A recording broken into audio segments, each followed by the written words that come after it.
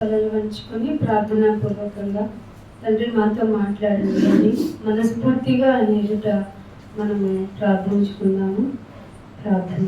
మహోన్నతుడా, మహాగణుడా, పరిశుద్ధుడా, నిత్య నివాసి, నీకెంత వందనములు, స్తోత్రములు నాయన.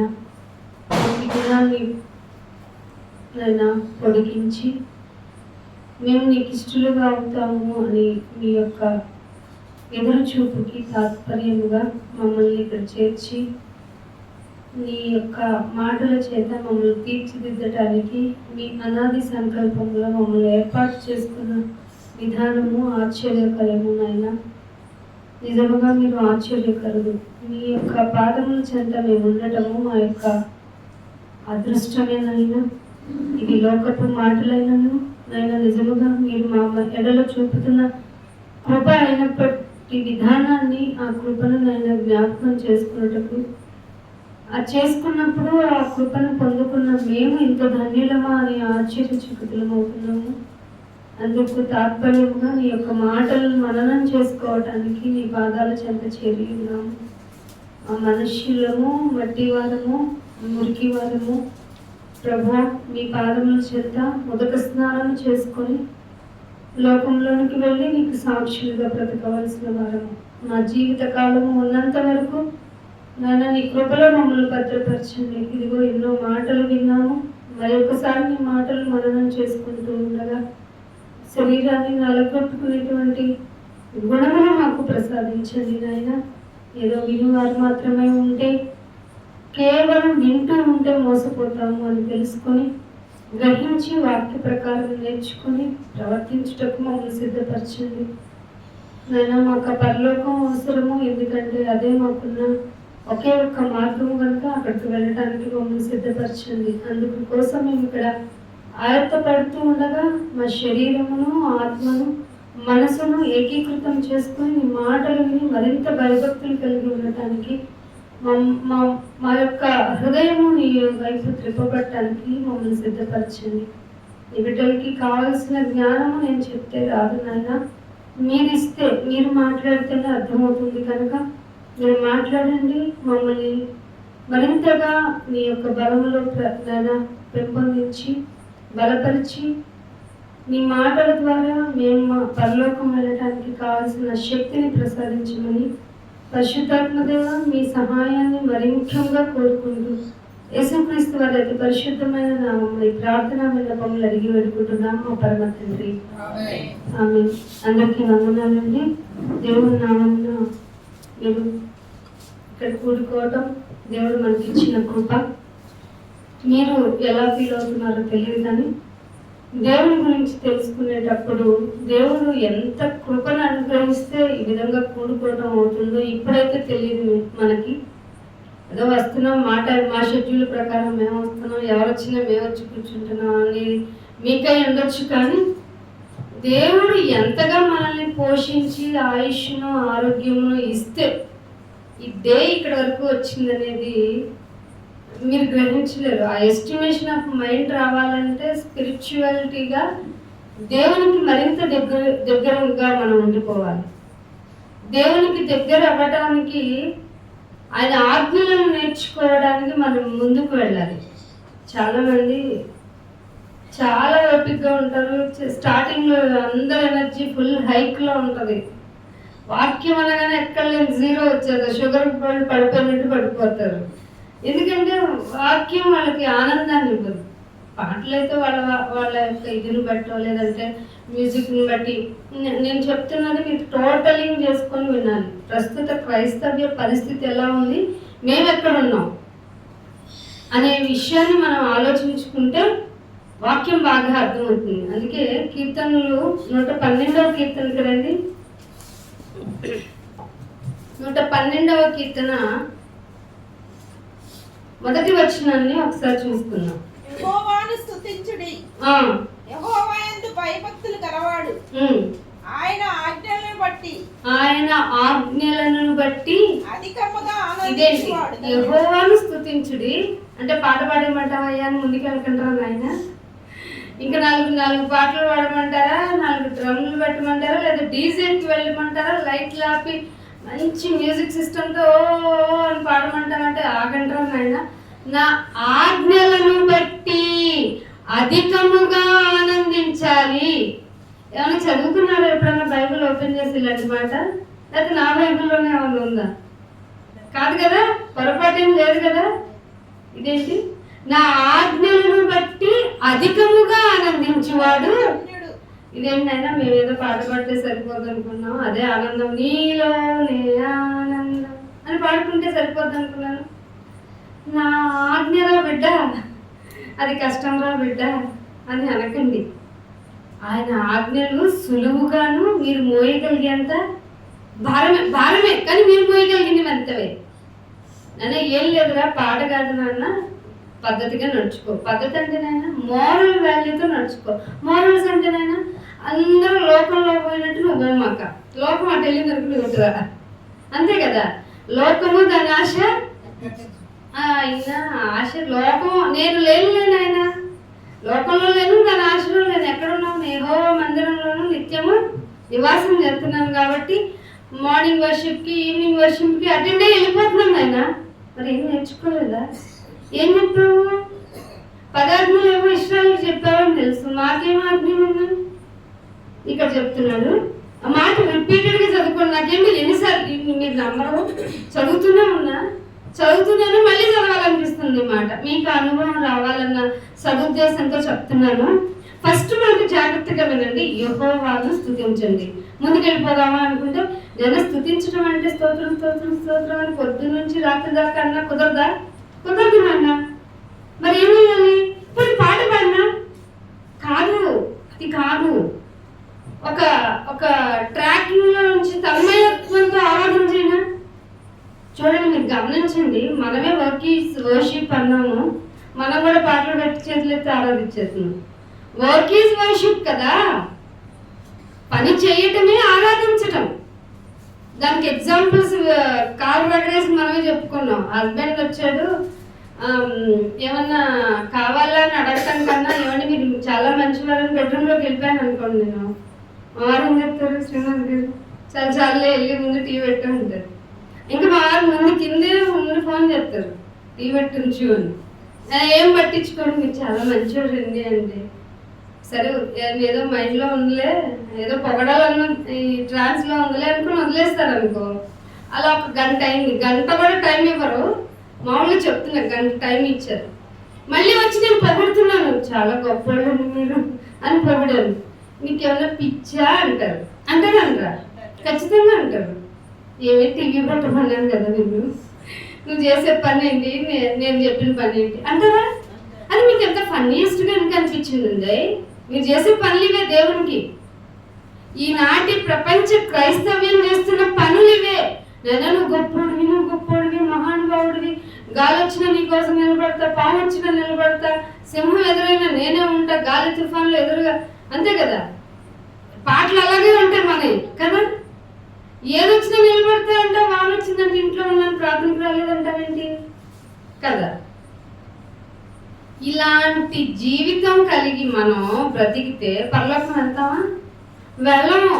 ఆయన ఆజ్ఞల యందు అధికముగా, మామూలుగా కాదట, ఎక్కువ ఆనందం ఎక్కడంటే మన కొలీగ్స్, మన ఫ్రెండ్స్, మన ఫ్యామిలీ మెంబర్స్ అందరూ కలిసి గెట్ టుగెదర్ చేసుకొని నీ మాటలు, నీ జోకులు, నీ యొక్క ప్రాపర్టీ, నా ప్రాపర్టీ అన్ని బ్యారేజ్లు వేసుకొని కొంచెం హ్యాపీగా ఉన్నానంటే, ఈరోజు ఫుల్ హ్యాపీగా గడిచింది, ఈరోజు ఇంకొంచెం హ్యాపీగా ఉండింది నా లైఫ్లో అనుకోవడం తెలుసు. మానవ సమాజం ఈరోజు కలిసి, ఇప్పుడు పైగా ఏదో మాసాలు కదా, ఈ మాసాలకి ఆ మాసాలకి వెళ్ళిపోయి భోజనాలు చేసుకుని నీ ఫ్రెండ్స్ని నా ఫ్రెండ్స్ని కలుసుకొని ఆనందంగా గడిపేసాం. అధికంగా ఆనందించడం నేర్చుకుంటున్నారు. అధికమయ్యి వెక్కసం అయిపోతుంది ఈరోజు మనిషి యొక్క జీవితము. ఇంకా ఆనందించాలి వెతుకుతూ వికృతమైన చేసే పని విధానాలు చూస్తుంటే ఎందుకు మనిషి పిచ్చోడైపోతున్నాడు అనిపిస్తుంది. మీరు గమనించిన వార్తలు చూస్తే ఒకరోజు సరిపోద్ది. కానీ ఎవరి యందు ఎక్కువ ఆనందించాలట? ముందు యెహోవా యందు, దేవుని యందు భయభక్తులు కలిగి ఉన్నవాడు ఆయన ఆజ్ఞలను బట్టి. ఆయన ఆజ్ఞలు నేర్చుకోవాలంటే ఒక రోజు అయిపోద్దా? ఒక పూటలో అయిపోద్దా? నీ జీవిత కాలం అంతా నేర్చుకోవాల్సిందే. సో నీ జీవిత కాలం అంతా ఆయన ఆజ్ఞల యందు అధికంగా ఆనందించాలి. ఇప్పుడు మీటింగ్ అయిపోయింది, వెంటనే మనకి ఇంకో స్ట్రీట్లో ఇంకో మీటింగ్ పెట్టుకుందాం అంటే ఎంతమంది మొత్తం? మనం కాదు, మామూలుగా చెప్తాం, నాకు ఈ పని ఉందన్నా. ఒకడు చెప్తాడట, నేను కొత్తగా పెళ్ళైందన్నా రాలేదన్నా, కొత్తగా ఏమిటంటే ఎద్దులు కొనుక్కున్నాను, గ్యాదరం కొనుక్కున్నాను, రాలేదు. ఇంకొకటి కొత్తగా వ్యాపారం స్టార్ట్ చేశాను. ఇలాంటివి కొత్త ట్రెండీ వర్డ్స్ చెప్తాం మనం. ఇప్పుడే ఇవాళ రాక ఇవాళ చుట్టాలు వచ్చారన్న, కొత్త అల్లుడు గారు కూడా వచ్చారన్న, కొత్త చుట్టాలందరూ వచ్చారన్న, నేను వస్తే నేను ఉండకపోతే వాళ్ళు ఏమన్నా అనుకుంటారన్నా. మరి దేవుడు ఏమో అనుకోరా అన్న? ఆయన ఏమన్నా అనుకున్నా మనం అంతగా ప్రార్థన చేయమండి. ఆఫ్టర్ ఆల్ దేవుడు, మీరు నమ్మరు, ఇదే నిజం. మన దృష్టిలో దేవుని గురించి ఉన్న ఆలోచన ఏంటి తెలుసా? After all hypocrisy. అందుకే పద్దాకా యేసుప్రభు గారు వచ్చేసి నేను ఇవాళ మంచి బోధ చేద్దాం అనుకుంటుంటే పరిశీలి శాస్త్రం చూడగానే ఒరే సున్నం కొట్టిన సమాధుల్లారా అనేంతగా వేషధాన్ని కనపడుతుంది వాళ్ళలో. అర్థమవుతుందా? మరి మీరు పుదీనాలో ఎందుకులో తీస్తారు? పుదీనాలో తీయమాకంటారు. పుదీనాలో తీసి ఒంటిని మింగేస్తారు మీరు అని చెప్పాల్సి వచ్చింది. ఇట్లా ఆయన కోపం తెప్పించాడండి. ఎంత కోపం వచ్చిందంటే వాళ్ళకి, వీని లాక్కెళ్ళి కొండ మీద నుంచి కింద తోసేద్దాం, పేర వదిలిపోద్ది. అట్లా ఇప్పుడు నిజాలు చెప్పే వాళ్ళని కూడా అలాగే అనుకుంటున్నారు. పైకి అనర్లేండి అంటే ఊరుకుంటారా ఏంటి? వాళ్ళకి ఎలా ఇవ్వాలో అలా ఇచ్చేస్తాం కదా మనం కూడా. కానీ నిజం అదే, ఆయన ఆజ్ఞల యందు అధికముగా ఆనందించేవాడు ధన్యుడు. ధన్యుడు అంటే మోర్ బ్లెస్డ్ అని. మీకు ఆశీర్వాదం కావాలి కదా, మీకు ఆశీర్వాదం కావాలంటే నేను ఇంకే ఆజ్ఞ పాటించాను ఆయన, ఇది చేసేస్తున్నానని ఒక నికోదేం లాగా నేను చిన్నప్పటి నుంచి అన్ని చేసేస్తున్నాను కానీ ఇంకేమైనా ఉన్నాయని అడగకూడదు. మళ్ళీ చెప్పునైనా నేను చెయ్యాలి, ఇంకా నన్ను నేను సాధన చేసుకోవాలి. నేను చచ్చే లోపు నాలో నువ్వు పరిశుద్ధతే చూడాలి. అంతలా నన్ను కొట్టు నీతిమంతుడు నన్ను కొట్టుట మేలు అని అనుకున్నారా? ఏంటంటే పాస్టర్ గారు నన్నే చెప్తారు, నాకే చెప్తారు, వాక్యం నీకు చెప్తాను కదా, మరి ఇక్కడ కూర్చుంది నాకే చెప్పారంటారండి వాళ్ళు కదండి. చాలా మంది విచిత్ర ప్రవర్తన వచ్చేస్తున్నాయి మందిరంలో. ఏం చెప్పాలో వాళ్ళే చెప్తారు, ఎలా చెప్పాలో వాళ్ళే చెప్తారు. మైక్ కూడా ఒక్కొక్కసారి మనకి వాళ్ళే పట్టుకున్నారు. చూస్తున్నాం చాలా మంది. దేవుని టైంని దొంగిలించకండి. దేవుని టైంలో దేవుడు మాట్లాడటానికి ఒక ఉపదేశకుడిని ఏర్పాటు చేసుకున్నాడంటే ఆ ఉపదేశకురాలు ఎంతగా ప్రాక్టీస్ చేస్తే మీ ముందుంటారు, ఎన్ని సాక్రిఫైస్ చేస్తే మీ ముందుంటారు కదా. అలాంటి వారిని నెగ్లెక్ట్ చేసే వారి సంఖ్య సంఘాల్లో రోజు రోజుకి పెరిగిపోతుంది. అంటే దుష్టుడు బయటపడాలి కదా, వాడి యొక్క అసలు క్యారెక్టర్ బయటపడాలి కదా. అందాక సంఘంలో నిజ విత్తనాలు అలా సప్రెస్ అయి ఉంటాయి. ఎప్పుడైతే ఆ విత్తనానికి సన్లైట్ పడిందో దానిలో నుంచి ఏమొస్తుంది? మొలకొస్తుంది. అందాక సప్రెసింగ్ లోనే ఉంటది. కాబట్టి ఆయన ఆజ్ఞల యందు ఆనందించువాడు ధన్యుడు అంటున్నాడు. ఆజ్ఞలో ఒక ఆజ్ఞ చూపిస్తాను, మనం నమ్మలేని ఆజ్ఞ. అదే కీర్తన 81వ కీర్తన చూడండి. 81వ కీర్తన 16వ వచనం. అతి శ్రేష్టమైన గోధుమలను గ్రహించి నేను వారిని పోషించుదును, కొండ తేనెతో నిన్ను తృప్తిపరచుదును. మళ్ళీ ఒకసారి చదవండి. అతి శ్రేష్టమైన గోధుమలను అనుగ్రహించి నేను వారిని పోషించుదును. ఇక్కడ మనకి వాళ్ళకి గోధుమలు, మనకేంటి ఫుడ్, మెయిన్ ఫుడ్ అని చెప్పేసారా లేదా? మీకు అతి శ్రేష్టమైన మీరు సోనా మసూరి అంటారు, AK-15 ఏవో వచ్చినాయి కదా, చాలా వంగడాలు వచ్చినాయి. రైస్ లోనే వంగడాలు. మరి బ్రౌన్ రైస్ తింటామంటారా, రెడ్ రైస్ తింటాం, బ్లాక్ రైస్ తింటామంటారా, దానికి గంజి కదండి. ఏదైనా అరే నీకు శ్రేష్టమైన ద బెస్ట్ ఇస్తాను రా, నీకు అతి శ్రేష్టమైన గోధుమలను అనుగ్రహించి పోషిస్తాను. అంటే పోషిస్తాను ఇన్ ది సెన్స్ ఏం చెప్పండి, ఒక్కరోజు కాదు, నువ్వు బతికినంత కాలం పోషిస్తాను అనే మాట ఎవరి దగ్గర నుంచి వస్తుంది? అయితే తల్లిదండ్రుల దగ్గర నుంచి వస్తుంది, లేదా భార్య భర్తల దగ్గర నుంచి వస్తుంది. అంటే భర్త ఎప్పుడు పోషించాలి, తల్లిదండ్రులు ఎప్పుడు పోషించాలి. అది ఎప్పుడు ఎంతకాలం ఉంటుంది? బతికినంత కాలం కదా, బతికినంత కాలం కదా. అంటే దేవుడు ఆ క్యారెక్టర్ తీసుకున్నాడు. నీకు దేవుడు కనపడ్డు, కానీ పోషిస్తాను అన్నాడు. పోషిస్తాను, కొండ తేనెతో నేను. ఇక్కడ మీరు 2 మాటలు క్యారెక్టర్స్ ని గుర్తుపెట్టుకోండి. పోషిస్తాను, తృప్తి పరుస్తాడు. ఏదో పెట్టావులే నాయన అంటాం అమ్మ నాన్ని, ఏదో పెట్టావులేవే వండి వార్చావు తినక తప్పుతుందా అంటాడు కదా.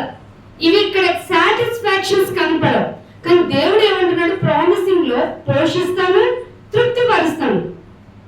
కానీ కొత్త నిబంధనకు వచ్చినప్పటికీ ఆయన మళ్ళీ తలబట్టుకోవాల్సి వచ్చింది. మత్తయి సువార్త 6వ అధ్యాయం తెలుసు కదా మీకు? మత్తయి సువార్త 6వ అధ్యాయము 31వ వచనం చూడండి. మీకు తెలిసిందే మాట, ఎప్పుడు వింటాం చదువుతాం కానీ మళ్ళీ అదే బాధ. ఏమి తిందుమో, ఏమి త్రాగుదుమో, ఏమి తృప్తి పరుస్తా, పోషిస్తాను, తృప్తి పరుస్తాను అన్నాడు. చదవలేదు, పట్టించుకోలేదు. ఆయన ఆఫ్టర్ ఆల్ అనుకుంటాం కదా.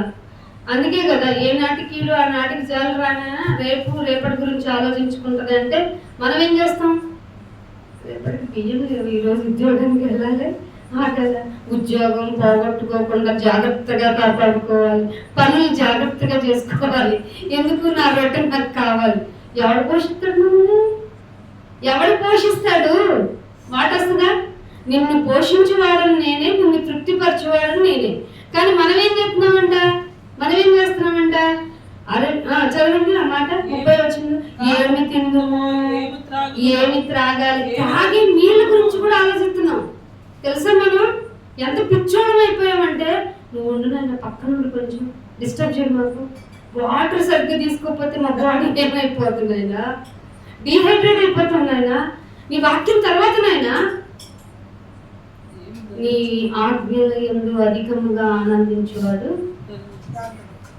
మేము కాదా, ధన్యత మాకు వద్దు నాయన.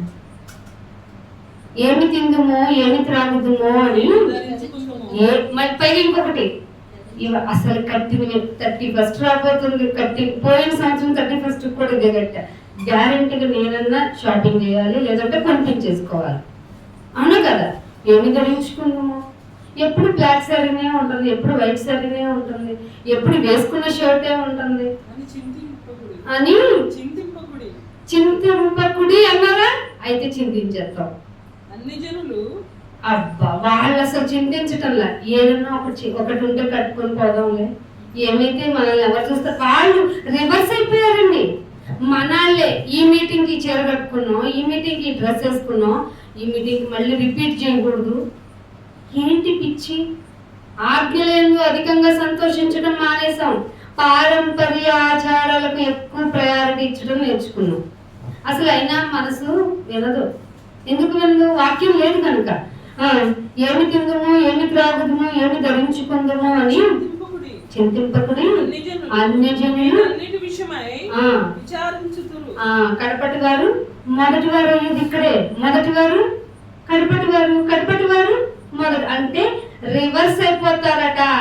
ఆలోచించొద్దు అన్నావు నాయన అని నేను వచ్చిన తర్వాత ఆయన గురించి ఆలోచన మర్చిపోయి నిన్ను తృప్తిపరుస్తాను, నిన్ను పోషించడమే కాదు, బా ఈ రోజు దొరికిన ఫుడ్ ఉందే అని హ్యాపీ ఫీల్ అయ్యేలాగా పోషిస్తానరా అంటే, నేను మాత్రం తినేది ఏముంటుందో, ధరించుకునేది ఏముంటుందో, తాగేది ఏముంటుందో అని ఆలోచించుకుంటూ నాయన ఇవాళ ఇవ్వవా? నీ ప్రార్థనలో ఏమవుతున్నాయి ఒకసారి ఆలోచించు. మన ప్రార్థనలో ఏమున్నాయి? నా గురించే కాదు, మరి నా పిల్లల గురించి అడుగుతాను. నేను ఎన్ననివ్వాలి? ఇస్తూనే ఉండాలి. నువ్వు ఇచ్చేవాడు, నేను తీసుకునేవాడు. ఇదే మన ఇద్దరు డ్యూటీ. మధ్యలో ఇంకేం మాట్లాడమాకు నాయన అనేటువంటి గొప్ప మేధావులు అయిపోయారు నాటి క్రైస్తవులు. అందుకే ఇంకొక మాట చూపిస్తాను. ప్రకటన 1వ కొరింథీయులకు రాసిన పత్రిక. ఈ మిగతాది మీరు కంటిన్యూ చేసుకోండి, ఇంటికి వెళ్ళి చదువుతూ ఉండండి. మీకు దేవుడు మాట్లాడతారు. ఆయన మీరు గమనించారా? నేను చెప్పే మాటలు రిపీటెడ్, అంటే గొప్పగా చెప్పట్లేదు. ఒక్కళ్ళే అడిగారు, అమ్మ వింటున్నాను, ఇంకొక ఏమన్నా ఉంటే పంపిస్తారని సునీత ఆంటీ గారు తప్ప ఎవరు అడగలా. వాక్యం మీద ఇంట్రెస్ట్ లేదా? వాక్యాన్ని మీ అందరికి మీకు పరిశుద్ధాత్మ బోధిస్తే మీరు నిజంగా బ్లెస్డ్ పర్సన్స్. కానీ ఇలా చెప్పించేస్తున్నాడు దేవుడు అంటే, ఆఫీస్లో కూర్చుంటాను ఏదో రిఫరెన్స్ గుర్తొస్తుంది, నేను ఇదేంటికి ఇట్లా మాట్లాడిచ్చామంటే దానికి ఒక పాఠం వస్తుంది. మరి ఆయన ఒకసారి ఆశీర్వదిస్తే ఎన్నిటికి ఆశీర్వాదమే కదా. మనం అనుకున్నాం బంగ్లాలు రావడం, పిల్ల జల్ల రబ్బ కార్లు ఇంటి ముందు, అవి ఆశీర్వాదం అనుకుంటున్నాం. అవి అక్షయమైనవా క్షయమైనవా? మనతో సహా, మన బాడీతో సహా. ఇది కానీ ఇది అక్షయతను ధరించుకోవడానికే ఈ ప్రాసెస్. ఈ ప్రాసెస్ లో మనం ఏం చేయాలి? దేవుని ఆజ్ఞలు అందే కదా అతిశయపడాలి. కానీ మన మైండ్ కూడా ఈరోజు ఇంట్లో కొత్త వస్తువు వచ్చిందంటే మనసు హ్యాపీగా ఉంటుందా, లేకపోతే ఏమిటో దీనివల్ల నష్టం ఉంటుందా అని దిగులుగా ఉంటారా? టీవీ వచ్చింది అనుకోండి, యమ హ్యాపీగా ఉంటుంది అసలు. పెట్టండి ఇది వస్తుందా, ఈ టైం వస్తుందా, అది వస్తుందా. మంచి బైక్లో కొన్నాం అనుకో, ఎక్కడ లేని ఆనందం. అధికమైన ఆనందాలంటే మీకు శాంప్లింగ్ చెప్తున్నా. ఎందుకంటే ఒక డ్రెస్ వచ్చిందంటే చాలు కొత్తది, ఏంటో తెలియని పోనుకోవస్తుంది మనకి. అదే కలర్ కొనుక్కుంటాం 100 సార్లు, అయినా కానీ కొత్తది అనేది ఒక ముద్ర మన మైండ్లో పడితే ఇక దాన్ని ఆ ఆనందాన్ని ఆస్వాదించడం, ఆ షేర్ చేయడం. ఈ చీర ఇప్పుడు స్టేటస్లో ఏకంగా ఎక్కడ పెడుతున్నారు? స్టేటస్ ఏకంగా దేవుని మాకు ఇది కొనుక్కున్నాను, మై న్యూ ఏం చేసుకోవాలని ఏం తెలియట్లా. మనిషి పిచ్చోడైపోయాడు. ఎంత పిచ్చోడయ్యాడంటే తను చేస్తున్న పని అసలు కనీసం ఆలోచించుకోవటం. నేను చేస్తున్నది కరెక్టా కాదా, చెయ్యాలా వద్దా, ఇవేమీ ఆలోచించుకోకుండా మనిషి తన ఇష్టానుసారంగా బ్రతుకుతున్నాడు. అప్పుడు ఆజ్ఞలు అవసరమా కాదా? ఖచ్చితంగా అవసరం. ఆ ఆజ్ఞలను అధికముగా తీసుకునేవాడు ఇంకా బ్లెస్డ్ అన్నా. అందుకని కొరింథీయులకు రాసిన మొదటి పత్రిక 1వ అధ్యాయము 21వ వచనం చూడండి.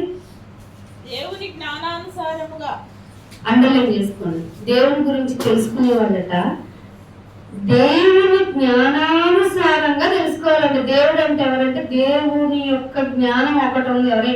నా జ్ఞానం ప్రకారంగా నన్ను తెలుసుకోవాలి.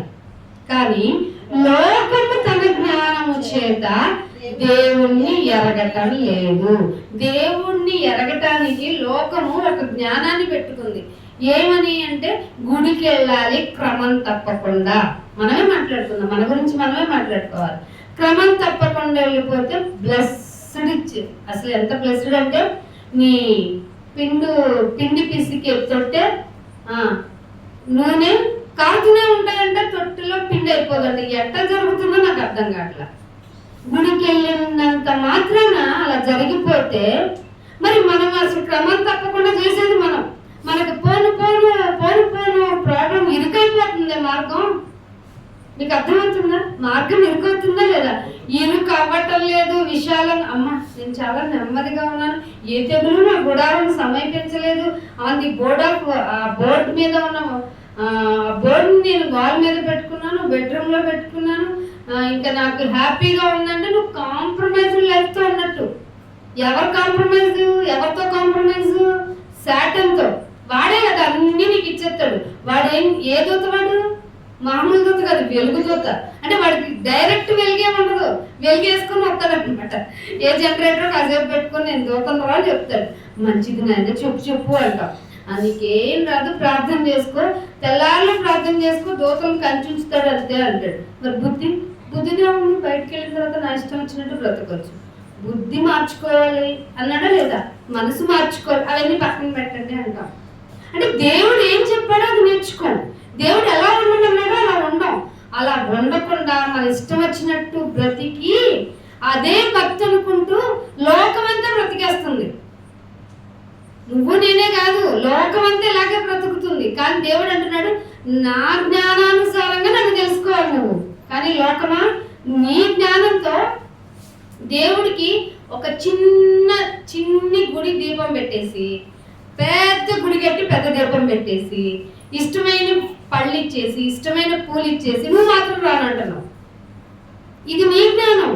నీ జ్ఞానం దేవుని దగ్గర చెల్లదు. నా జ్ఞానంతో తెలుసుకున్నావు అనుకో, ఆ కొబ్బరికాయ లాంటి స్వచ్ఛమైన మనసుతో నా దగ్గరికి రా. ఆ మనసుతో వచ్చావనుకో నీ క్రియలు చాలా బాగుంటాయి. అప్పుడు నువ్వు సజీవుడు. ఆ క్రియలు లేని జీవితం ఏమైపోద్ది? మృతమే. ఇప్పుడు నువ్వు చచ్చినోడివి. లోకమంతా ఇలాగ వాళ్ళ ఇష్టానుసారమైన జ్ఞానంతో భక్తిని చేస్తూ, ఇంక్లూడింగ్ క్రిస్టియన్, ముస్లిం, బౌద్ధ్, జైన్, ఇంకా ఎవరైతే అనుకుంటున్నారో మతాల పేరుతో దేవుణ్ణి పూజించే వాళ్ళంతా వాళ్ళ లోకానుసారమైన భక్తితో బ్రతుకుతున్నారు. కానీ దేవుడు ఏమంటున్నాడు? నా జ్ఞానానుసారంగా నన్ను తెలుసుకోవాలి. ఇది కండిషన్. కండిషన్ అనేది చూడకుండా ఎన్ని చేశాను నాయనా నీకు? నీ పేరట దెయ్యాలను వెళ్ళగొట్టానే, నీ పేరట సో అండ్ సో చేశానంటే ఏమన్నాడు ఆయన? ప్రభువా ప్రభువా అని పిలిచి ప్రతివాడు అసలు నా వాడు కాదు, పరలోకానికే రాడంటే ఏం నా వాడు కాదనే కదా. అందుకే క్రమం లేని వాడు నువ్వురా. నువ్వు క్రమంగా వచ్చాను అనుకున్నావు, నువ్వు అక్రమం చేసినాడు కాబట్టి నా ఎద్దు నుండి గెట్ అవుట్. ఆ మాటనే భరించలేమండి మనం. ఆ మాటనే ఎవరన్నా వెళ్ళిపో అన్నామనుకో, ఆ మాటని అసలు మంచినీళ్ళు తినో, తాగము, ఫుడ్ తినో, ఆలోచించేసి డిప్రెషన్లోకి వెళ్ళిపోతాం. కానీ ఒక ఫైనల్ డేలో ఈ మాట వినాలి. ఈ మాట నీ చెవుని పడింది అంటే నిన్ను ఎవ్వడు బాగు చేసే ఒక డైలాగ్ అన్న దేవుడు కూడా బాగు చేయలేడని అది అక్కడ అప్లై అవుతుంది. కాబట్టి నీకు టైం ఉండగానే ఇదే సమయము, ఇదే అనుకూల సమయం కదా, ఇదే అనుకూల సమయము కనుక మీరేం చేయాలి? శరీర సంబంధమైన విషయాల యందు ధ్యానం ఉంచుకోండి అనాలా. శరీర సంబంధులు, శరీర విషయాల మీద మనస్సుంతురు. వాళ్ళు మార్చిన వాళ్ళు పద్దాక ప్రార్థన చేయాలంటే ఓ చేద్దామంటారు. అయ్యో మళ్ళీ ఇంత జ్ఞానం చెప్తుంటే ఏమంటారు చెప్తున్నా? మనకి వెనక కట్టే ఆటలు ఉంటాయి, అది వేసుకోవాలి, ఇది చేయలేదు, అది అరే జ్ఞానం రా చెప్పేది అంటే మాకు పట్టవు, మాకు క్రమాలు ఉన్నాయి, ఆ క్రమాలన్నిటినీ పాటించి నువ్వు చెప్పు అని అంటున్నారు వాళ్ళు. మనం మార్చగలమా? మూర్ఖుడు తన మూర్ఖతను బట్టి ఏం చేస్తాడు? వాడే గొప్పోడు అనుకుంటాడంట. వాడిని నేను గొప్పోడిని అనుకున్న వాడిని మార్చలేమండి. నేను అంతేనా తెలుసుకోవాలి. అది దేవుని గురించి నువ్వు వెళ్ళే కొద్దు. అందుకే సత్యము ఇంతే దూరం అన్నాడా, మూరుడు అన్నాడా, బాలుడు అన్నాడా? బహుదూరము, బహులోతైనది. సముద్రపు లోతునే మనం తెలుసుకుంది 20% ఇప్పటి వరకు. వాటిలో ఉన్న జంతువులు చూసి భయపడి వణికిపోతాము. ఇంకా చాలా లోతుంది. మరి సముద్రపు లోతే కనిపెట్టలేని మనము వాక్యపు లోతుని కనిపెట్టేస్తామండి. 4 వాక్యాలు చదివేసుకొని చెప్పేద్దామంటే అస్సలు కుదరదండి, అస్సలు కుదరదు. నేను ఒక పాఠం నేర్చుకున్నాను అంటే ఫర్ ఎగ్జాంపుల్ క్యారెక్టరే. ఆ పాఠానికి పరిశుద్ధాత్మ దేవుడు సహాయం చేస్తే ఈ బోళ్ళని దేవుడు మీతోనే మాట్లాడతారు. వాక్యానికి ప్రయారిటీ ఇవ్వండి. మీ జీవితంలో మోర్ బ్లెస్డ్ అంటే చాలా ఆనందంగా ఉంటుంది. కానీ ఒక పక్క శరీరం నిన్ను ఏడిపిస్తూ ఉంటుంది. ఒక భక్తుడు, నిజ భక్తుని యొక్క లైఫ్ ఎలా ఉంటుందంటే, నిజ భక్తుడు ఉపదేశకుడు కానీ, ఉపదేశకురాలు కానీ, లేదంటే భక్తుడు కానీ వారి యొక్క లైఫ్ స్టైల్ ఎలా ఉంటుందంటే అన్ని రుగ్మతులు వాళ్ళు భరిస్తారు, అన్ని రుగ్మతులు వాళ్ళకు ఉంటాయి, అన్ని ప్రాబ్లమ్స్ వాళ్ళు ఫేస్ చేస్తారు. కానీ మీకు ఆశీర్వాదం చెప్తారు. ఇర్మియా గారు చూడండి, యెషయా గారు చూడండి, ఈవెన్ పౌలు గారు చూడండి.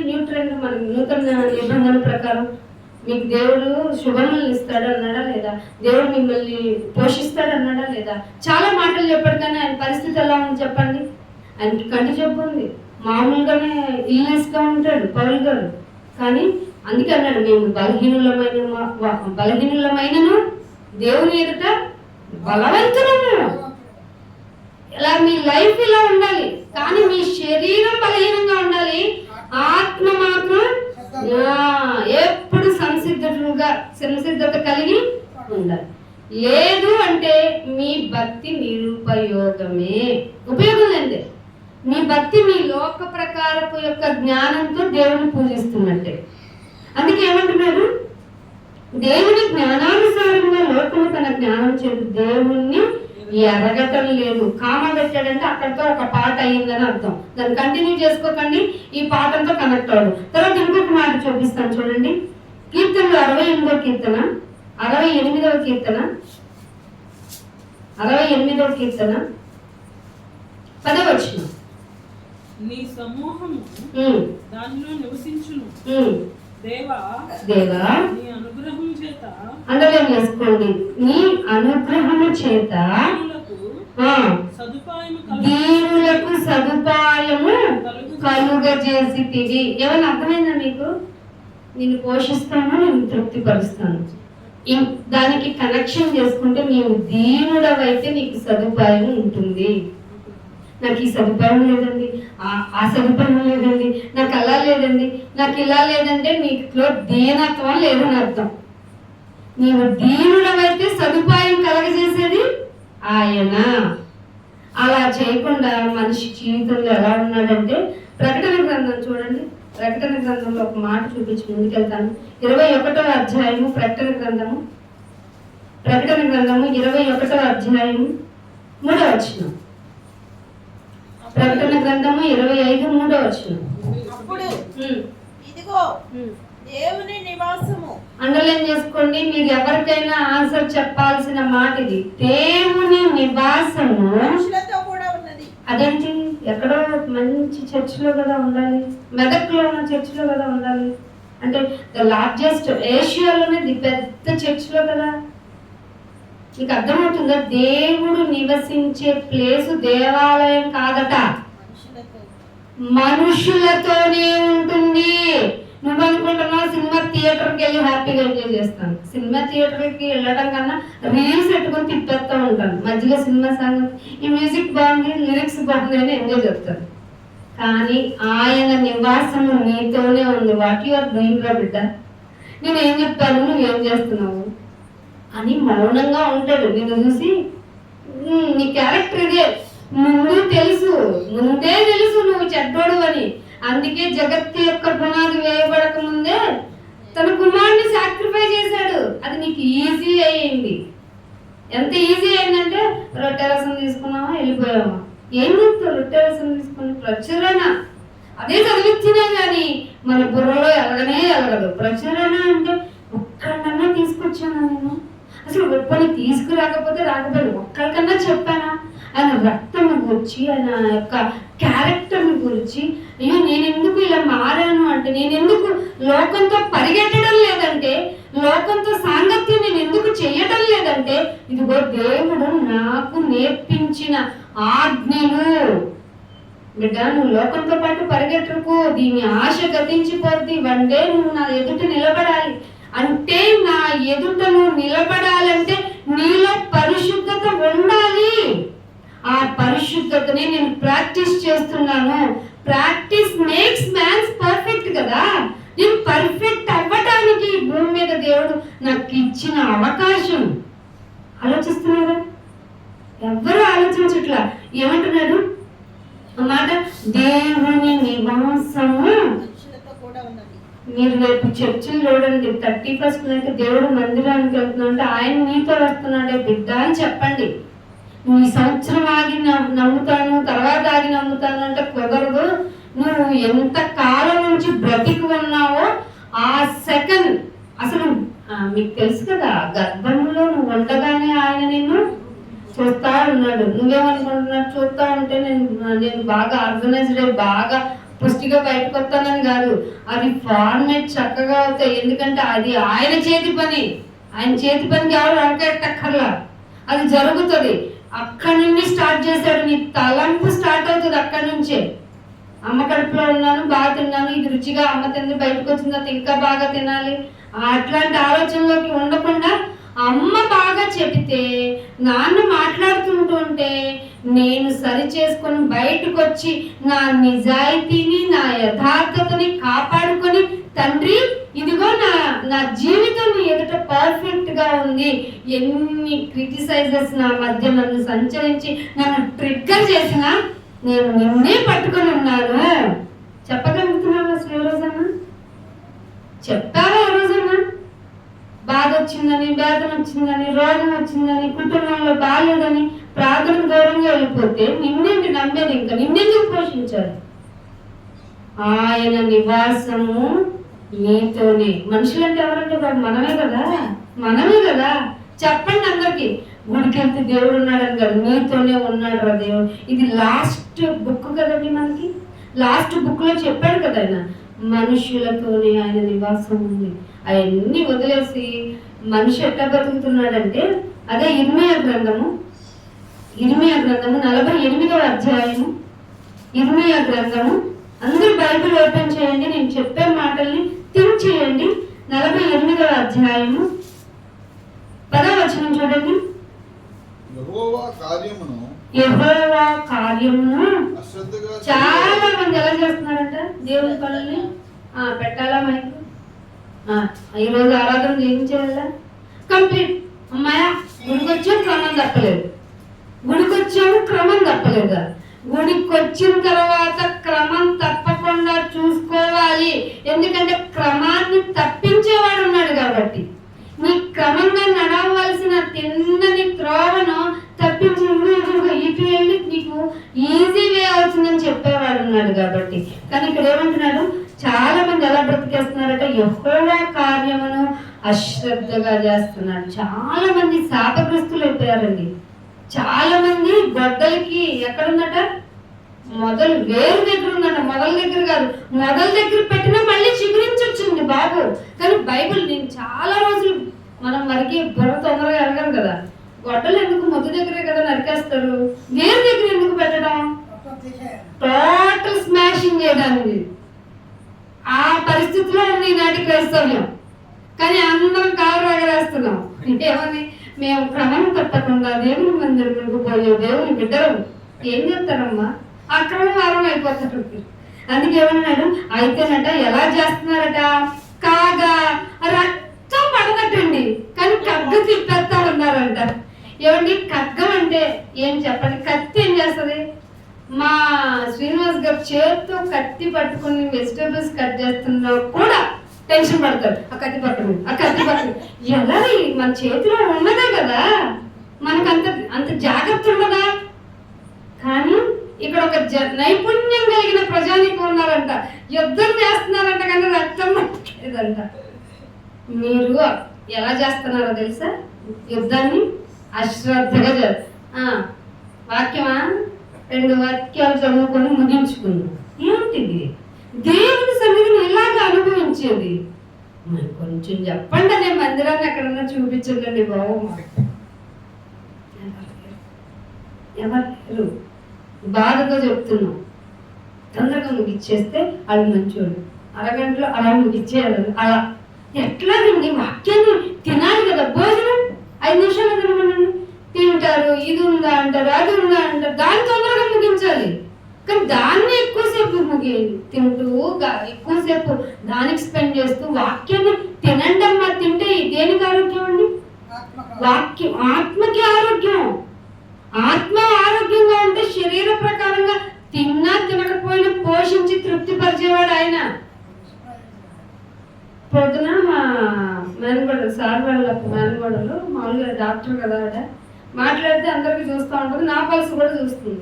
అతయ్య మీకు పల్స్ స్లోగా ఉంది, మీరు ఇంత పని చేసేస్తున్నారు అంటారు. అమ్మ ఇది దేవుడు ఇచ్చేది, నువ్వు నన్ను వదిలేయమ్మా అని అంటారు.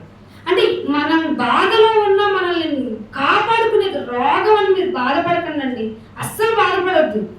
దేవుడిని పోషించేసుకుంటే నువ్వు అవసరం అనుకుంటే అలా నిలబెట్టేస్తాడు. ఆయన ఊపిరించుకుంటే నువ్వు అట్లా పోతా ఉంటావు, ఇలా వస్తూ ఉంటావు, అలా చేస్తూ ఉంటావు, ఇలా అన్నీ జరిగిపోతూ ఉంటాయి. అందుకే ఆయన ప్రేమించు వారికి ఆయన సంకల్పం చొప్పున సమకూడి, ఇందాక అదే మాట్లాడుకున్నాం, సమకూడుతాయి అంతే. మనం ఏం ఆలోచించాం,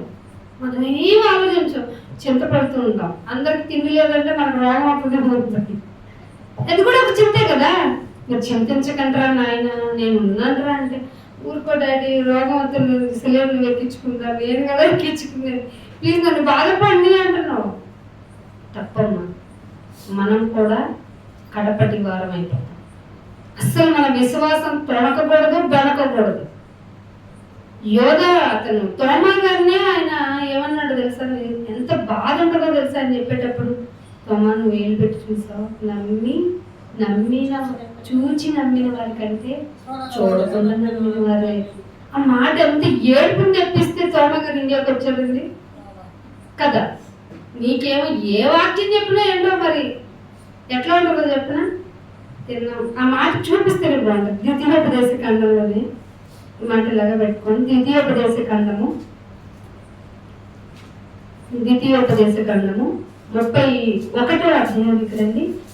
31వ అధ్యాయము 20వ వచనం చూడండి ఎలా ఉంటుందో.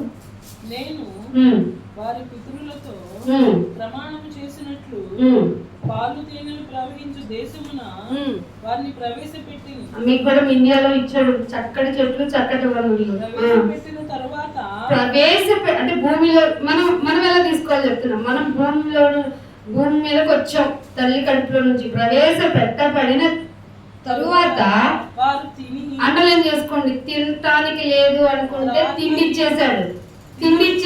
తిని అయ్యో తాగడానికి లేదు నాయనా అంటే తాగడానికి ఇచ్చాడు.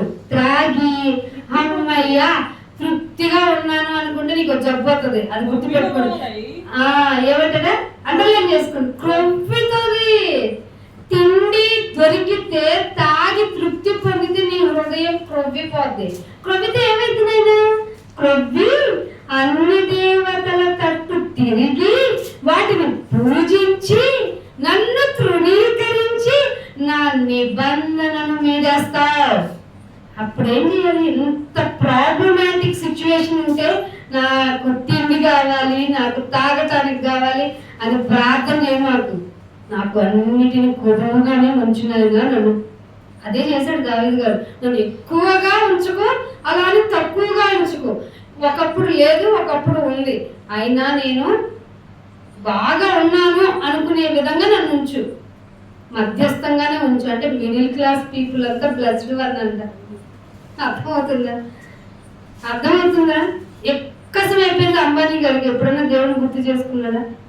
అవసరం లేదు అతనికి. నా టైం వాల్యూ పర్ సెకండ్కి ఎన్నో కోట్లు అంటే ఏదో చెప్పుకుంటాం. మన నిజమంతా తెలియదు కానీ వాళ్ళ అబ్బాయిని రక్షించుకోగలరు కదా. ఏసీ అయితే చచ్చిపోతానని ఆ అబ్బాయి ఏడ్చి చెప్తున్నాడు పెళ్లిలో కదా. ఏం హ్యాపీనెస్ ఉండదు. చాలా మంది అనుకున్నారు డబ్బు ఉంటే నిద్రపోవచ్చు హాయిగా. అస్సలు నీ ధనం ఎక్కడ ఉందో నీకు మనసు అక్కడే ఉంటుంది. నిద్ర పెట్టదు. అవేమో చిమ్మట కొట్టి వేస్తూ ఉంటుంది. దాచేసింది ఒక అమ్మ అన్ఎడ్యుకేటెడ్ ముస్లిం ఒక ఆవిడ ట్రంకు పెట్టిలో దాచిందంట. కరోనా టైంలో ఒక న్యూస్ వచ్చింది. అది దాచుకున్నాను 1,00,000 రూపాయలు తుప్పు చెదలు పట్టి తీసిందే అని అడుగుతుంది. ఆవిడ అమాయకత్వానికి బాధపడాలో లేకపోతే నిజాన్ని చూసి ఇది నిజమే కదా అని మనం ఫీల్ అవ్వాలో చెదలు పట్టేస్తుందండి దాచేసుకుంటే.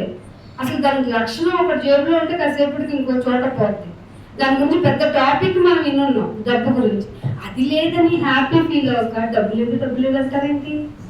అది ఉంటే హృదయం క్రొవ్వి నువ్వు అన్ని ఏం రోజు ఆరాధనకి ఏమంటే ఇవాళ జాతరకి వస్తా ఉంటాం. నిజం, చాలా మంది నేను చూసాను.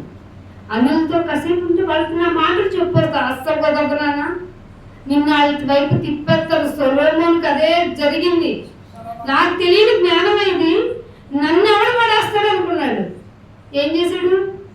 అన్ని వేల మంది భార్యలు చెప్పింది అమ్మ మీ దేవత దగ్గర మొక్కల మీ ఇంకో భార్య దేవత దగ్గరికి వెళ్ళి సామ్రాణి వేయాలా, ధూపం వేయాలా? అన్ని దేవతలు తట్టు తిరిగిపోయాడు సొలొమోను. పీక్ లెవెల్లో ఎంజాయ్ చేశాడండి. అన్ని అర్థమని చెప్పాడు. 3 ముక్కలు ఒకసారి చెప్పాల. ఎన్నిసార్లు చెప్పాడు? 3 సార్లు చెప్పాడు. అయినా మన బొక్కకెళ్ళింది. ఏనాటికి వాడు నాటికి చాలంటే డబ్బులు లేదు, అప్పులు లేదు, అవన్నీ ఉండాలి, ట్రిగ్గర్ అవ్వాలి. కానీ నీ చూపంతా దేవుని వైపు ఉండాలి. ఉందా? చుట్టుపక్కల తెస్తుందా? ఎట్లాగైనా డాక్టర్లో డబ్బులు తెచ్చుకోవాలనిపిస్తుందా? అస్సలు వద్దండి బాగా. లోన్ల వైపుకి వెళ్ళకండి. అది సాతాను వేసిన పెద్ద వల. ఎవడిస్తాడండి రూపాయి? ఎవడెప్పుడు? కానీ మన అవసరాన్ని వాడే సృష్టిస్తాడు. మనం తెచ్చుకోవాలి, అదే సృష్టిస్తాడు. ఇచ్చి తర్వాత ప్రజలు పెట్టించేది కూడా వాడే.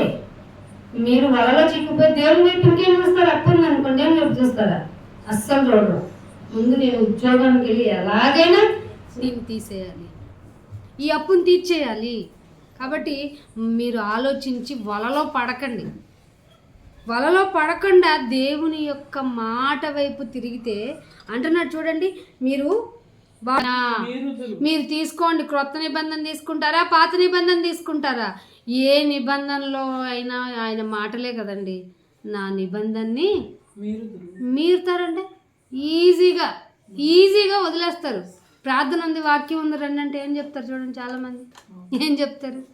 వాళ్ళ పని ఉందండి. మీరే నిబంధన. అర్థమవుతుందా? మీరు ఎంత ఈజీగా, చాలామంది దేవుని మాట వినటానికి ఎందుకు రాలేకపోతున్నారు అనుకుంటున్నారు? ఇదే కారణం. తినటానికి దొరుకుతుంది, తాగటానికి దొరుకుతుంది, తృప్తిగా ఉన్నారు. దేవుడిచ్చిన ఆశీర్వాదాన్ని తృప్తిగా తిని క్రొవ్విపోయింది హృదయాలు. అందుకే మీకు క్రొత్త నిబంధనకు వచ్చిన తర్వాత ఒక మాట అంటాడు ఆయన. ఏమని? అరే నా మాటలు 7 మార్కు సువార్త 7వ అధ్యాయంలో, మీరు నా మాట విన్నుటకు మట్టుకు విందురే కానీ గ్రహింపరు. ఎందుకని గ్రహింపదండి? మీ హృదయం అందులో కనెక్ట్ అయిపోయింది. ఏంటి అంటే ఎందుకు క్రొవ్విందంటే ఫిజికల్ గా మీకు దొరకాల్సినవన్నీ దొరికిపోతున్నాయి కాబట్టి. లోటు ఉండనియండి, ఇది లేదు నీ గుడికి వస్తా.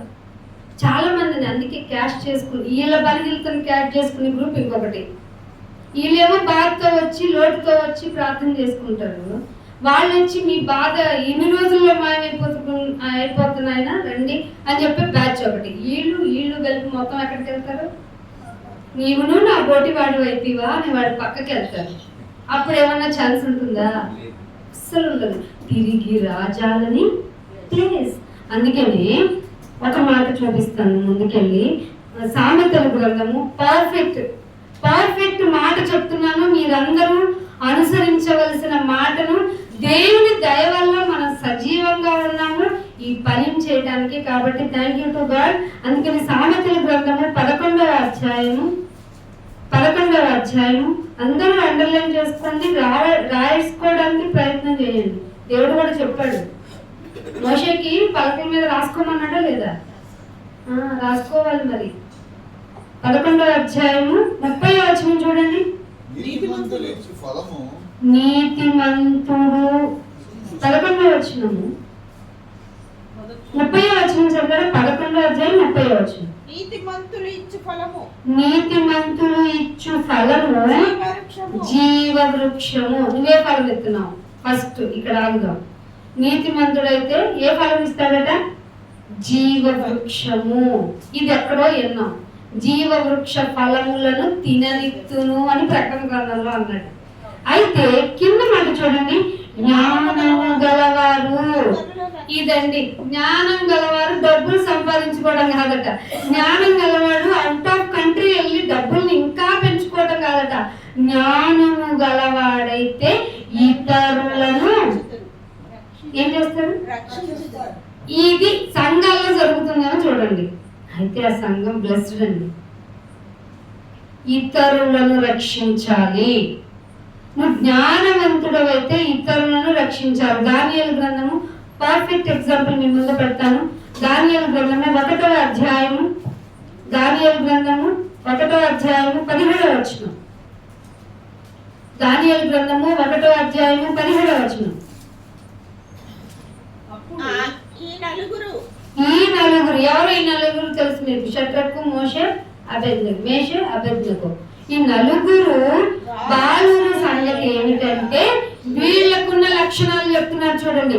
వీళ్ళకి దేవుడు వారికి జ్ఞానమును సకల శాస్త్ర ప్రావీణ్యతయు, సకల శాస్త్రాల గురించిన ప్రావీణ్యం ఉండటం కూడా కాదు, వివేచన.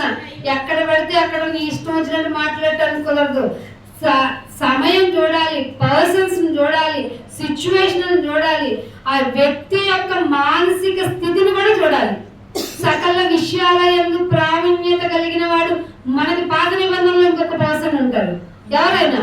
మోషే గారు కదా. అందగాడు పైగా మోషే గారు లాంటి వాళ్ళలో ఈ జనరేషన్ లో, ఈ నెబుకద్నెజరు టైంలో దేవుడు వారికి జ్ఞానమును సకల శాస్త్ర ప్రావీణ్యతను వివేచన అనుగ్రహించను అన్నారు. దానియేలు స్పెషల్ గా ఈ నలుగురిలో దానియేలు సకల విధములకు దర్శనములను స్వప్న భావములను గ్రహించడం. స్వప్నాల వల్ల ఏంటిది మ్యాటర్ అని గ్రహించేంత తెలివి గలవాడు. స్పెషల్ క్యారెక్టర్ దానియేలు. దీన్ని ఏం చేశాడు? రేపు జరగబోయేదాన్ని చెప్తాను రాని గుడారం వేసి పిలవనే లేదు, ప్రవచనం చెప్పనే లేదు. 2వ అధ్యాయం ఇదే దానియేలు గ్రంథము 2వ అధ్యాయము 18వ వచనం చూడండి. 2వ అధ్యాయము 18వ వచనం.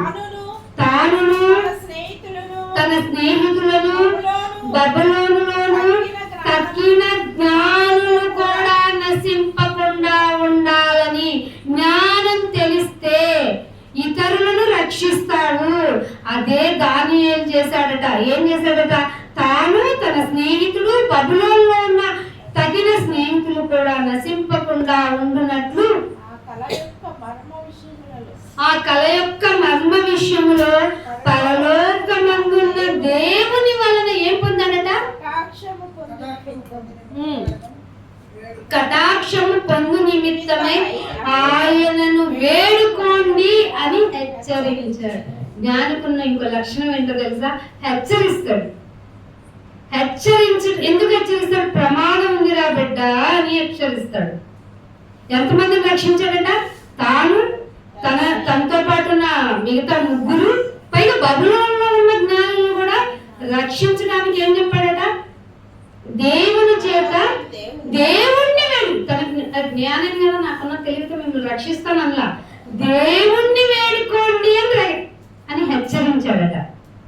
మీరు జ్ఞానవంతుల జ్ఞానము సర్వసంపద దేవుని యందు గుప్తమై క్రీస్తునందు గుప్తమై క్రీస్తుని ధరించుకున్న మనము క్రైస్తవులు. సో మనం కూడా జ్ఞానవంతులు అవునా కదా? మనమైతే ఏం చేయాలి? 10 రోజులు ఉపవాస ప్రార్థన పెట్టాలి. దేనికి? దెయ్యం మొదలు పెట్టడానికి, లేదంటే నీ ఇంట్లో ఉన్న శోధన కాబట్టి ఇయే చేయాలి. జ్ఞాని ఇతరులను రక్షించాలి. సంగమా మేల్కోవాలి. ఇది గ్రహించాలి. చెవి గలవాడు వినగాక. లేదు, చెవి ఎవ్వరికి లేదు. వినకుండా ఉండడానికి నీ చెవులు మందమైపోయింది. చూడకుండా ఉండటానికి నీ కళ్ళ దృష్టి పోయింది. ఎందుకంటే ఆల్రెడీ నీ హృదయం క్రొంది. అంతే, సింపుల్. అందుకే ఒక మాట చూపిస్తాను. అదే 16వ అధ్యాయము సామెతల గ్రంథము 16వ అధ్యాయము 23వ వచనం చూడండి. 16వ అధ్యాయం 23వ వచనం. మళ్ళీ ఇక్కడ జ్ఞానం ఇచ్చాడు. జ్ఞానుని హృదయము వారి నోటికి. అది మీరు జ్ఞానవంతులు కాదు, మీ నోరు చెప్తుంది. చాలా మంది ఈజీగా చెప్తూ ఉంటారు, ఏంటంటే బుద్ధిహీనులు అనిపిస్తుంది. మనకేమో దేవుని యొక్క జ్ఞానం తెలిసి వాళ్ళ యొక్క సోలింగ్ మ్యాటర్ వాళ్ళు చూపిస్తూ ఉంటారు. వాళ్ళు మాట్లాడే విధానం మనకి ఊరికే తెలిసిపోతూ ఉంటది. ఇదే చెప్తున్నాడు, జ్ఞానికి వాడి హృదయమును బట్టి వాడి నోరు తెలిస్తే వాడికి తెలివి ఉందో లేదో తెలిసిపోతాడు. జ్ఞాని హృదయము వాని నోటికి తెలివి కలిగించును. వాని ఏం చెప్తుంది? తెలివి. వాడి పెదవులు విద్యను విస్తరం. నువ్వేం చెప్తున్నావు? ఇంటికి రమ్మా, మీకు అభివృద్ధి ఏది ఇస్తుందని చెప్తున్నావు. అయితే నువ్వు జ్ఞానివి కాదు. లోకపరమైనది ఏదైనా నీకు ప్రొలాంగ్ అవుతుంది, బ్లెస్డ్ అవుతుంది, అన్నీ అయిపోతాయి, మంచిగా జరుగుతుంది అని చెప్తున్నావు, నీకు విస్తరిస్తుంది అంటే నువ్వు తెలివైనవి కాదు. ఇది బైబిల్ చెప్తుంది. అదే కదా చక్కగా చెప్తుంది. పెదవులకు విద్యను విస్తరింపజేయాలి. ఇప్పుడు విద్య ఉన్నవాడు, లోకపరమైన విద్య ఉన్నవాడు ఎంత పశువు అవునా కదా?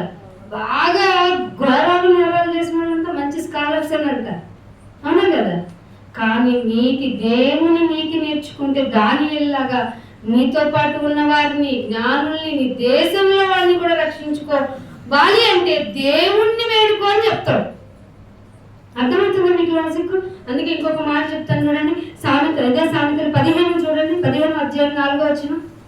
కొంచెం ఓపిక పట్టాలి. సాత్వికమైన నాలుక జీవవృక్షము. అందుకే సాత్వికులు ధన్యులు, వారు పరలోకాన్ని స్వతంత్రించుకుంటారు. అర్థమవుతుందా? సాత్వికమైన నాలుక జీవ వృక్షము, కానీ ఒక డిసీజ్ వస్తుంది, ఒక డిసీజ్ ఉన్న ఒక తెగ వచ్చేస్తుంది. ఈ సాత్వికమైన నాలుకతో చాలా సాఫ్ట్గా మాట్లాడతారండి. వాళ్ళ మాయలో పడకూడదు మనం.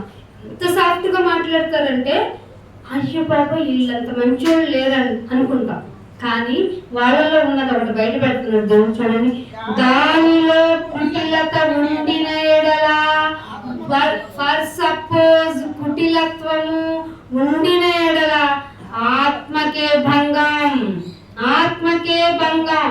ఇది ఒక టైప్ ఆఫ్ వేషధారణ. ఆత్మకు భంగం కలిగిద్ది కుటిలత్వం ఉంటే. నాలుక సాత్వికంగా ఉంటే జీవవృక్షము, కానీ దానిలో కుటిలత్వం ఉంటే నీ ఆత్మకే భంగం కావచ్చు. అందుకనే సామెతలు 26వ అధ్యాయానికి రండి.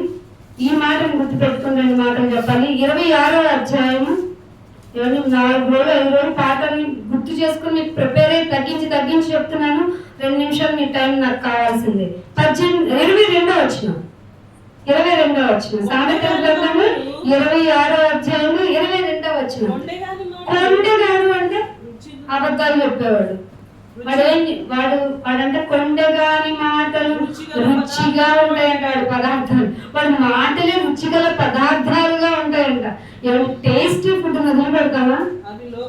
ఒక్క సెకండ్, టేస్టీ ఫుడ్ ని వదిలి పెడతామా? అక్కడ టేస్టీగా ఉంటుంది కాబట్టి ఆ రెస్టారెంట్కి వెళ్తాం. కొండెగాడి మాటలు కూడా అలాగే ఉంటాయంట. కొండెగాని మాటలు రుచిగల పదార్థముల వంటివి, అవి కడుపులోకి దిగిపోతాయంట. ఇట్లా తిండితే గొంతులో దారిపోయిందండి స్వీట్. అంత టేస్టీగా ఉంటాయంట కొండెగాడి మాటలు. ఎవడంటాడండి ఇక మన మాటలు ఎలా ఉంటాయి? బెట్టర్గా ఉంటాయి, చేదుగా ఉంటాయి. అమ్మ మీకు పరలోకం కావాలంటే ఈ లోకంలో దేన్ని ఆశించకండి అని చెప్పామనుకోండి, ఎవరికి ఆనందాన్ని ఇస్తారు చెప్పండి? ఎవరికి తృప్తినిస్తారు చెప్పండి? ఇదిగో బయట పోతున్న వాళ్ళ నా యుద్ధకు రండి, దేవుడు ఇదిగో మిమ్మల్ని ఈ దినం మొదలుకొని నువ్వు ఆశీర్వదింపబడదు అని చెప్పాను అనుకో, ఇంతే తండ్రులు కండాలి. ఇంకా ఆంటీ అంకులు బయట చీరలు లేవాల్సిందే అద్దెకి. అట్లా ఏం జరగదు, వాక్యం వినాల్సిందే. ఆజ్ఞయందే అధికంగా సంతోషించాలంటే మాకు నచ్చదు. ఏం చెప్తాము? ఏం చేయలేము. అందుకే కీర్తన 52:1 చూడండి. దీనికి ముందు ఇదే అధ్యాయంలో సామెతలోనే 22 తర్వాత 23 చదవాలి మీరు. అసలు చెడు హృదయము ప్రేమగా మాట్లాడుతుందట. ఈ 2 కాంబినేషన్ దేవుడు ఏం చెప్పాడు తెలుసా? మీరు ఇంటికే చదవండి. మట్టి పెంకు మీద వెండిపోతా ఏమైనా వాల్యూ ఉంటుందా? హృదయం ఎట్లాంటిది? చెడుది, కానీ ప్రేమగా మాట్లాడతారంట. వాళ్ళు వేషధారులు ఎదో టైప్. మళ్ళీ మట్టి కొండ మీద సిల్వర్ కోటింగ్ ఇప్పుడు వస్తున్నాయి కదా, ఆర్నమెంటల్స్ కొన్ని వస్తున్నాయి కదా, బంగారం కొనుక్కున్న వాళ్ళందరికీ ఆ సిల్వర్ దామా చేసి గోల్డ్ పెయింట్ ఇస్తున్నారు. ఇది గోల్డా, ఇది పిచ్చిదా, ఇది మంచిది ఏం లేదండి. తాగేసుకొని ఈ చిన్న ఫంక్షన్ అని పడ్డాడు, మొత్తం 7 వారాలు నగలు దిగాల్సిందే. ఇప్పుడు అదొక్కటి వ్యసనం అయితే జెంట్స్ కూడా తయారయ్యారు చూసారా? Golden bye, golden man. వాళ్ళకి ఏంటో మన గ్యాదర్కి గొలుసులు వేసి కట్టేస్తారే, అంత పెద్ద చైన్ వాళ్ళు మోయగలుగుతున్నారా? బంగారం బరువే కదా, కాబట్టే కదా గ్రాండ్స్ లో బరువు ఉంటుంది కదా. అరే బస్తా మోయొచ్చు కదా, ఆ గొలుసులు లాంటివి వేసుకుంటే ఎందుకు కరెక్ట్? మనిషి కష్టజీవి కాదు, షో పర్సన్ అయిపోతున్నాడు. షోయింగ్ చేస్తారంటారే, ఎందుకు నేను వచ్చినప్పుడు షోయింగ్ చేస్తాం. అది ప్రతి ఒక్కరిలో జబ్బు అయిపోయింది. ఏమంటున్నాడు ఇక్కడ? చెడు హృదయములు ప్రేమగా మాట్లాడు పెదవులు కలిగి ఉండుట. ఈ 2 కాంబినేషన్ అసలు బాగోదమ్మా, తప్పని పగిలిపోద్ది. కానీ నువ్వు సిల్వర్ కొన్నంత కాదు, మట్టి మీద వెండిపోతా అంటున్నాడు. 52:1 కీర్తనలు 52:1 ఫాస్ట్ గా తీయడానికి చూడండి. కీర్తనలు 52:1 సూర్యుడా చేసిన కీడును బట్టి నీవెందుకు అతిశయపడుచున్నావు? దేవుని కృప నిత్యముండును. మోసము చేయువాడా వాడిగల మంగం. మోసం చేశాడు. ఇట్లా ప్రేమగా ఉంటది. చెడు హృదయం ఉన్నవాడు మోసం చేసినట్టే కదా. వాడు మోసం చేసేవాడు కాబట్టి వాడి గల మంగళ కత్తె వలె నీ నాలుక నాశనాన్ని చేయడానికి ఎందుకు వస్తున్నావు? ఇలా చాలా మంది పాస్టర్ల యొక్క నాలుక వాడిగల మంగళ కత్తిలాగా ఉన్నాయి. ఈ వీటినే నమ్ముతున్నారు. ఎలా ఉంటది? స్మూత్ గా ఉంటదంట మాట. మీరు ఇందాక చదివారు కదా, విన్నారు కదా. అందుకని ఒకటోది ఈ క్యారెక్టర్ కలిగిన వాళ్ళు ఇప్పుడు ఎలా బిహేవ్ చేస్తున్నారు ఇది చెప్పడం అవసరం. 1 తిమోతికి రాసిన పత్రిక 6వ అధ్యాయము 3వ వచనం. 6వ అధ్యాయము 3వ వచనం. 6వ అధ్యాయము 3వ వచనం. ఎవడైనా మన ప్రభువైన యేసుక్రీస్తు యొక్క హితవాక్యము అంటే ఆరోగ్యకరమైన వాక్యమును, హితవాక్యములను దైవభక్తికి అనుగుణ్యమైనవి బోధను అంగీకరించు. అంటే దైవభక్తికి అనుగుణ్యమైనది చెయ్యాలా, లేకపోతే నీ యొక్క భక్తి ప్రకారం దేవుని చేయాలా? కాదు, దైవభక్తికి అనుగుణ్యమైన బోధను అనుసరించకుండా భిన్నమైన బోధను ఉపదేశించిన ఈ మంగళకత్తులు బోధించే బోధను నువ్వు యాక్సెప్ట్ చేస్తే వాడు ఎలా బిహేవ్ చేస్తాడంటే వాడికి ఏం తెలియదు కానీ వాడు హైలైట్ అవుతాడు. ఎలా హైలైట్ అవుతాడో చెప్తున్నట్టు తర్కం చూస్తాడు. జన్మ పాపం ఉందని నిరూపిస్తా అంటాడు. ఏం లాభం రా నాయన అంటే వినిపించుకోడు. అరే జన్మ పాపం ఉందని నిరూపిస్తాను నీ అంతటి నువ్వే నేను పాపం చేసే పుట్టానని చెప్పుకున్నట్టు. అంతేకాదు దేవుణ్ణి పాపాత్మని చేసినట్టు. అసలు అది ఎంత ఘోరమైన పాపమో తెలుసా? అలా అయితే వివాహం మంచిదని దేవుడు చెప్పాడు కదరా.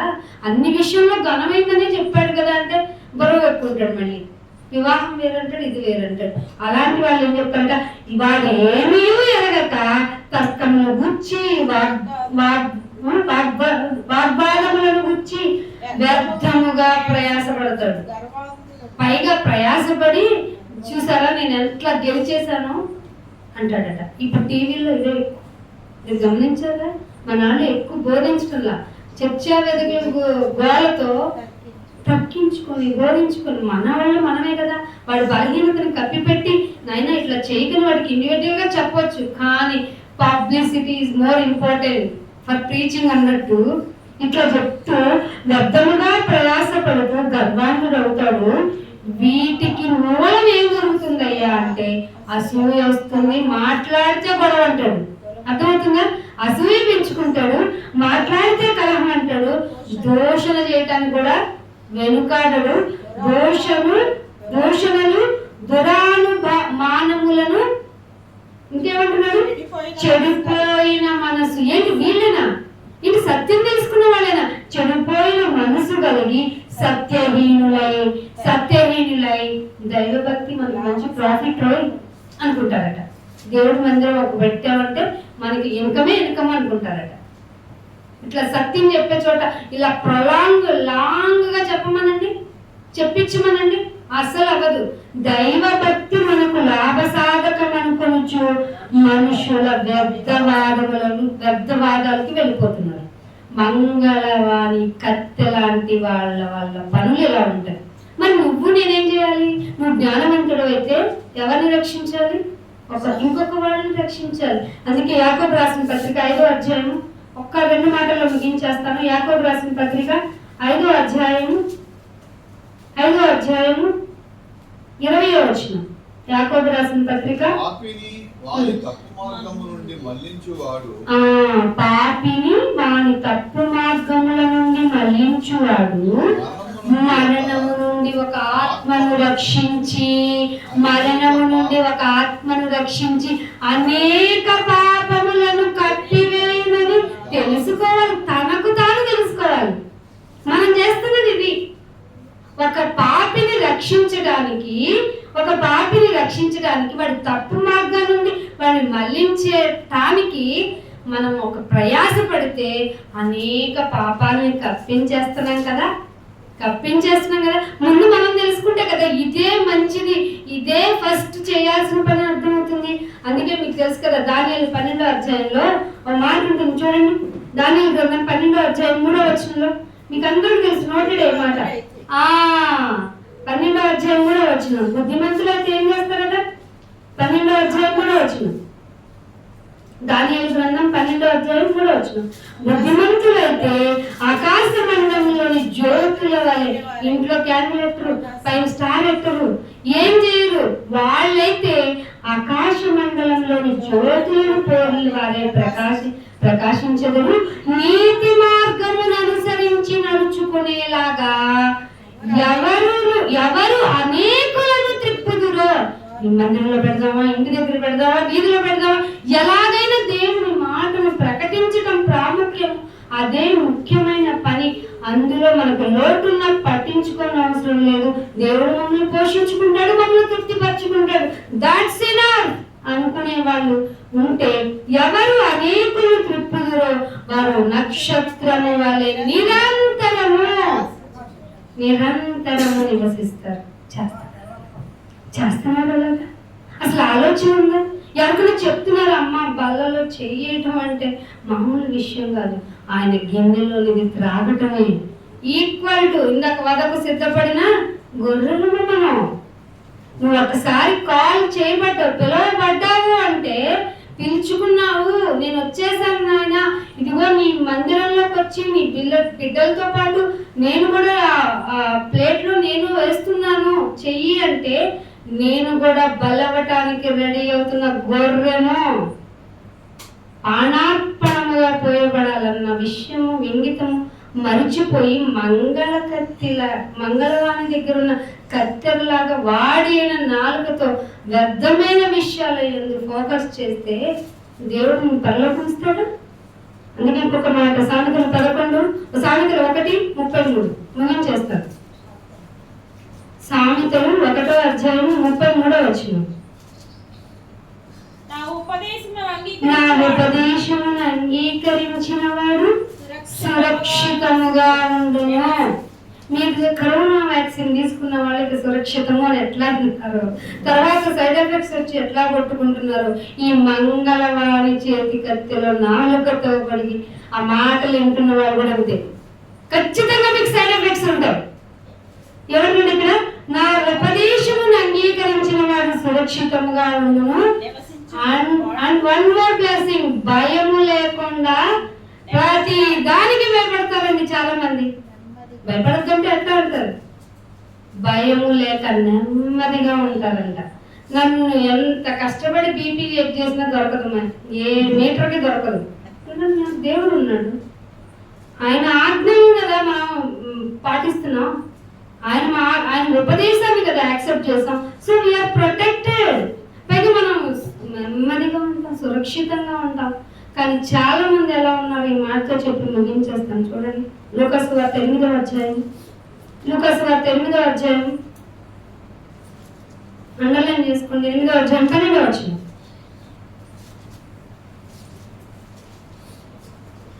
లూకాసు వార్త 8వ అధ్యాయం 12వ వచనం.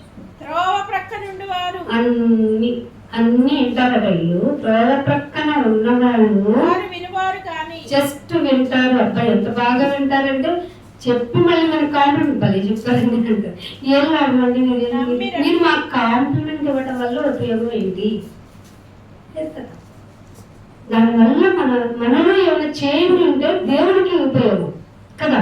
అందుకే ఏమంటున్నాడు ఇక్కడ, త్రోవ పక్కన విత్తనం ఎట్లా అంటారంటే వారు వినేవారు కానీ నమ్మి రక్షణ పొందకుండా. మనం అనుకుంటున్నాం బాప్తిసం తీసుకోవాలని అనుకుంటున్నాం.